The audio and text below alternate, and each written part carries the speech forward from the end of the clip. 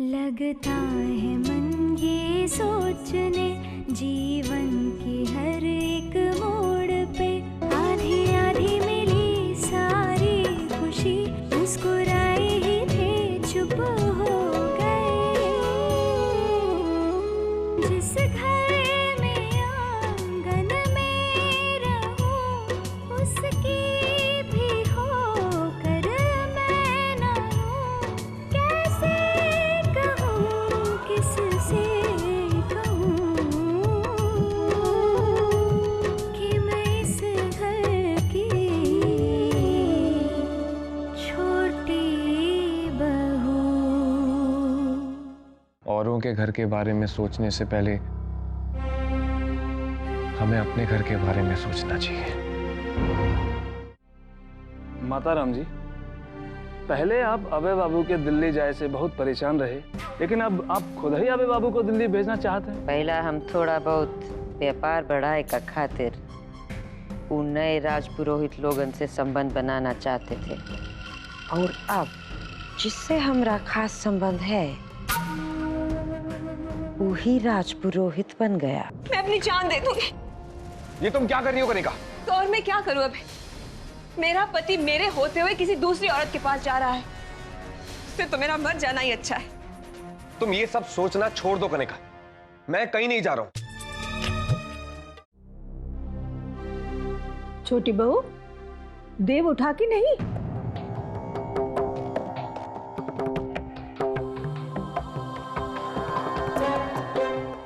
तैयार हुआ कि नहीं?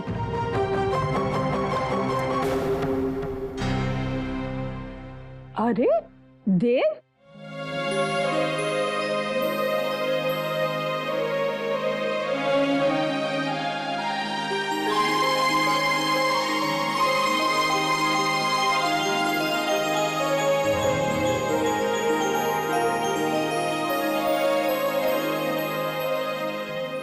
तू बाहर से कहां से आ रहा है?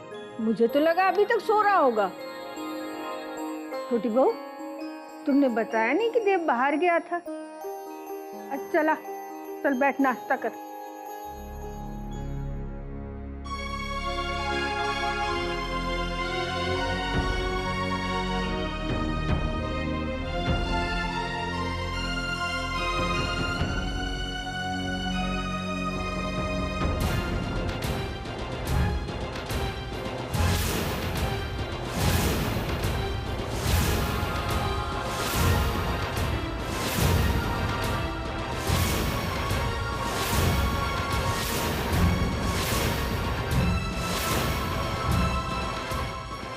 देव, ये कौन है?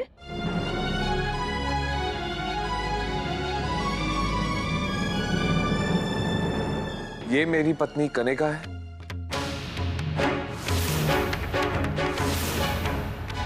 और ये मेरा बेटा है दीपू।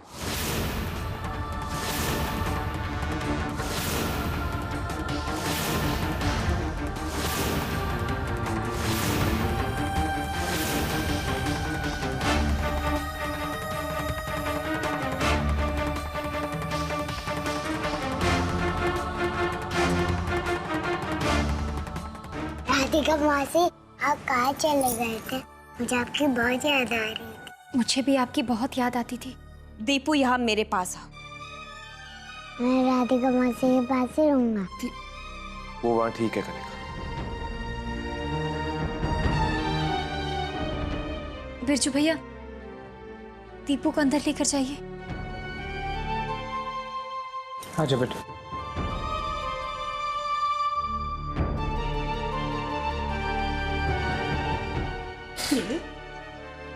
देवी, क्या कह रहा है तू? कह दे कि ये सब झूठ है, मजाक कर रहा है। वो तेरी पत्नी कैसे हो सकती है? तेरी पत्नी तो यहाँ है, राधिका। मैंने अभी जो कुछ भी कहा वो सब कुछ सच है, और मैं अभय सिंह ठाकुर।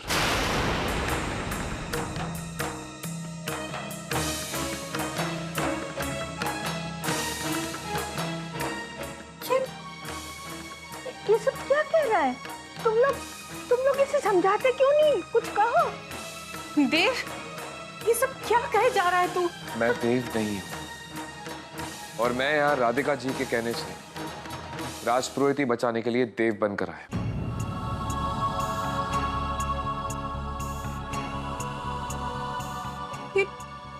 ये सब क्या है? हम लोगों ने तो सोचा कि तुम्हारी याददाश्त वापस आ गई है और तुम्हें एहसास हो गया है कि तुम अभय नहीं देव हो और इसीलिए अपने परिवार के पास, अपने लोगों के पास वापस आ गए।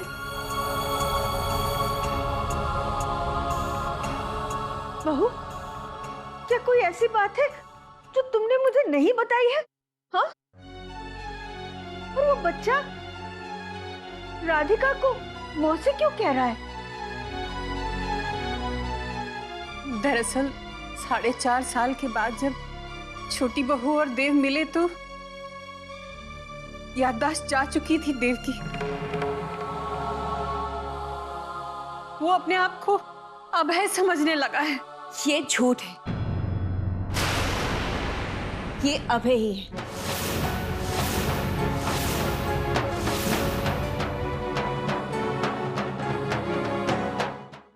हम लोग 10 साल पहले मिले थे, कॉलेज में एक साथ थे।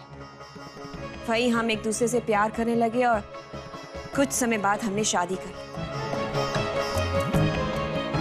इससे जुड़े सारी तस्वीरें और सारे सबूत हैं मेरे पास और अभय इसके बारे में पहले से ही जानते हैं। अगर ये सच है तो इसके माँ बाप कहाँ हैं? इसके परिवार के और लोग कहाँ हैं? इनके माँ बाप एक कार एक्सीडेंट में मारे गए थे। अगर आप चाहें तो आप ये बात अभय से पूछ सकते हैं। कनिका ठीक कह रही है। नहीं, तू हम लोगों को ऐसे भूल नहीं सकता है। तू इस घर को भूल नहीं सकता। मैं तुझे एक चीज दिखाऊं। इधर आ। ये देखिए आंगन, ये तुझे याद नहीं?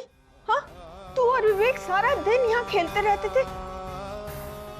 और ये देख, ये झूला, मैं जब रात को यहाँ बैठती थी ना, तो सोते सोते कभी डर जाता था तो आके कहता था कि दादी माँ मुझे कहानी सुनाओ, रोनी सुनाओ, फिर नींद आएगी।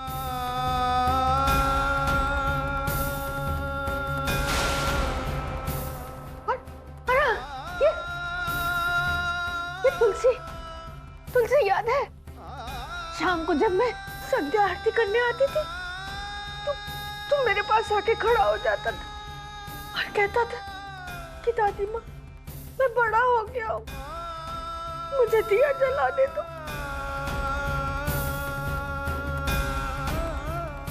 बोलना बेटा, तू क्या इतना बड़ा हो गया कि हम सबको भूल गया? हाँ?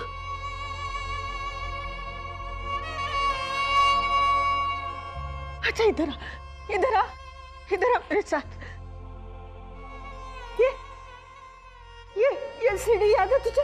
हाँ, जब बचपन में हम सब लोग लुका छिपी खेलते थे, तू आके ना यहीं छुप जाता था और मैं और विवेक जानबूझ के यहाँ नहीं आते थे तुझे ढूंढने, ताकि तू जीत जाए।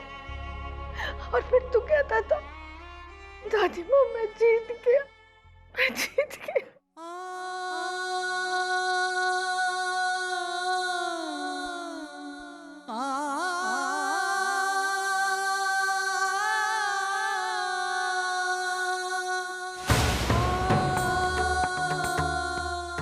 बंद कीजिए ये सब।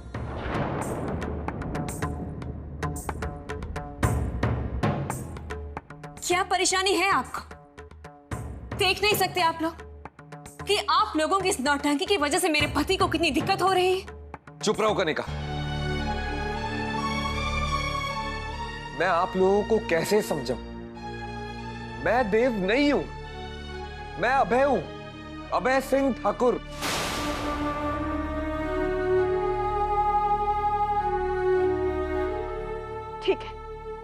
ठीक है, अगर तू अभय सिंह ठाकुर है तो बता यहाँ क्यों आया? हाँ, क्यों आया यहाँ?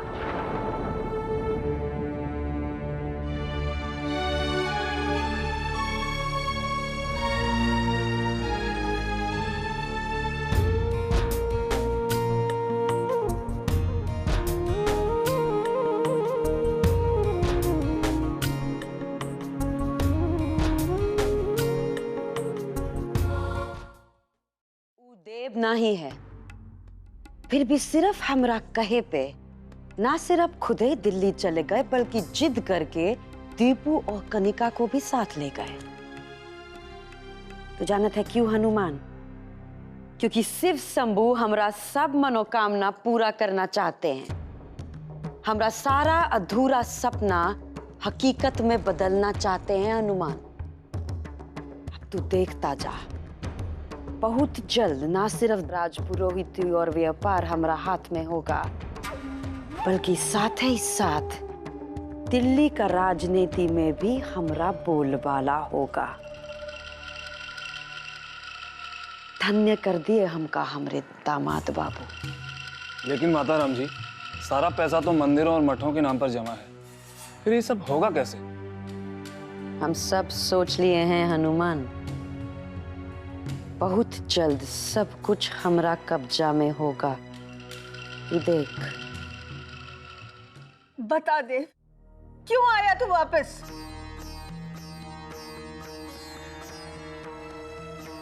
मैं यहाँ धर्म का काम करने आया।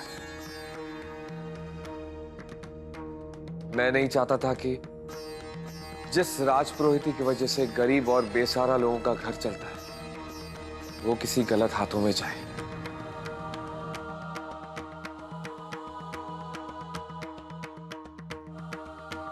मैं अब भी तैयार इस घर में रहने के लिए, आप लोगों की सहायता करने के लिए। मैं अब भी तैयार हूं राजपुरोहिती संभालने के लिए, पर मैं यहां अकेले नहीं रहूंगा। मेरे साथ मेरी बीवी और मेरा बेटा भी रहेगा।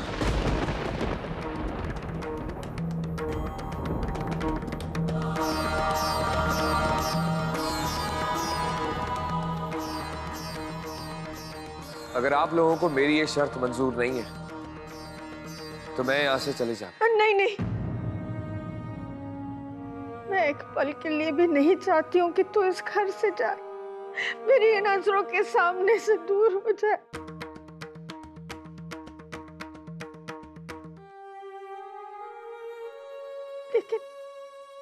लेकिन इसी छत के नीचे तुझे किसी और के साथ रहता देख मेरी छोटी बहू पर क्या बीतेगी, ये मैं कैसे बर्दाश्त करूंगी?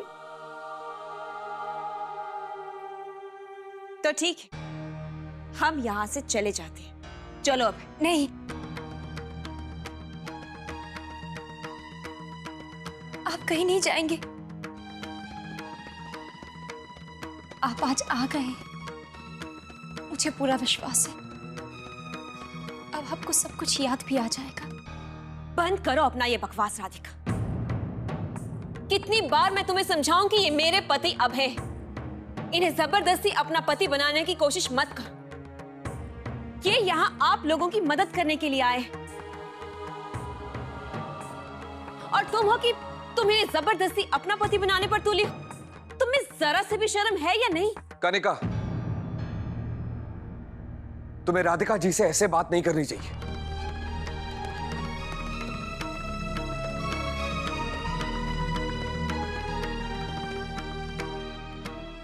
ठीक है छोटी बहू, अगर तुम यही चाहती हो तो ये यहाँ रह सकती है। फिर जो इनका सामान मेहमानों के कमरे में डाल दो। मैं उसी कमरे में रहूंगी जहां मेरे पति रहेंगे।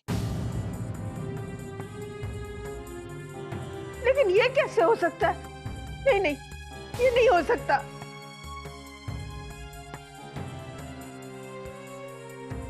हो सकता है दादी माँ, ये दोनों एक ही कमरे में रह सकते हैं।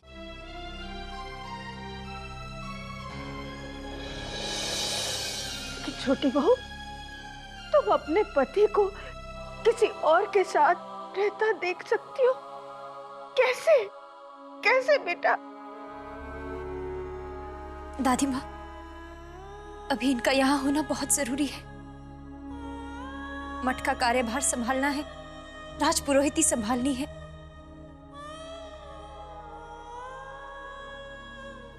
और अगर ये कनिका जी के साथ एक कमरे में रहते हैं तो शायद इसके पीछे मेरे कान्हा का ही खेल होगा। इन्हें मेरी जिंदगी में वापस लौट आने से पहले शायद कान्हा मेरी एक और परीक्षा ले रहे होंगे। मैं परीक्षा देने के लिए तैयार हूं। मैं जानती हूं कान्हा मेरे साथ कभी गलत नहीं होने देंगे।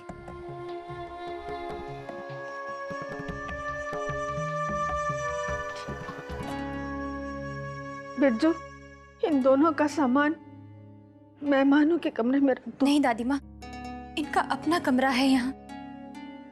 ये दोनों उसी कमरे में रहेंगे। छोटी बहू, फिर तुम कहाँ रहोगी? मैं अतिथि कक्ष में रहूंगी।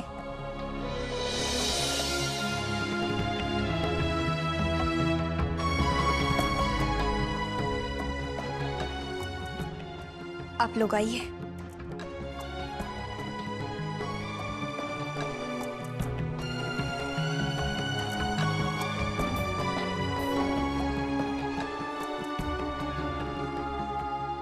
भगवान जाने रज्जन बाबू ने हमें यहाँ क्यों बुलाया है। हाँ, माता राम जी या अभय बाबू ने बुलाया होता तो कुछ काम की बात होती, और ये रज्जन बाबू ने।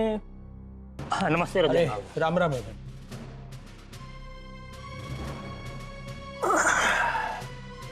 कहा है कि नया स्कूल बनाने की खातिर शिक्षा विभाग वाले हमको मंजूरी दे दी है। एक खातिर आप सब ठेकेदारन लोगन को हम यहाँ बुलाए हैं। हम ही चाहते हैं कि आप लोग अपना तरफ से बिल्डिंग का निर्माण में जो भी खर्चा पानी आएगा उसका हिसाब किताब बना के हमको दे दीजिए।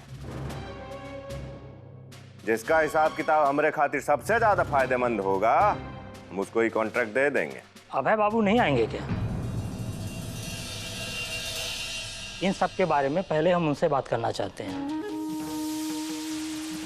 अभय बाबू तो गए, अब यहाँ हम ही हैं। अब यहाँ सब कुछ हम ही संभालेंगे।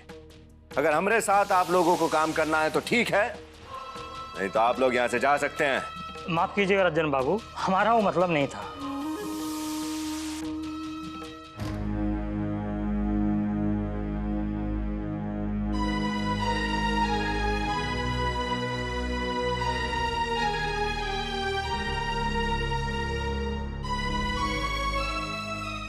आज से ये कमरा आप दोनों का है। उम्मीद करती हूँ आपको यहाँ कोई परेशानी नहीं होगी। मैं भी यही उम्मीद करती हूँ कि हमें यहाँ कोई परेशान नहीं करेगा। आप लोग विश्राम कीजिए, मेरा यहाँ सामान है, मैं लेकर जाती हूँ।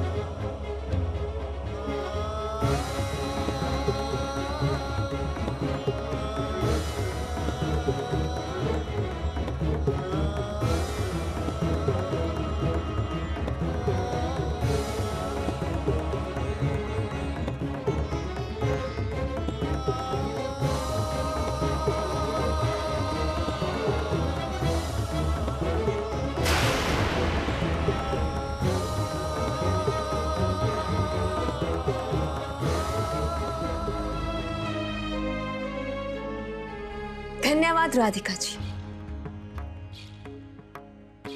अब अगर आपकी आज्ञा हो तो मैं कुछ वक्त अपने पति के साथ अकेले में गुजारना चाहती हूँ।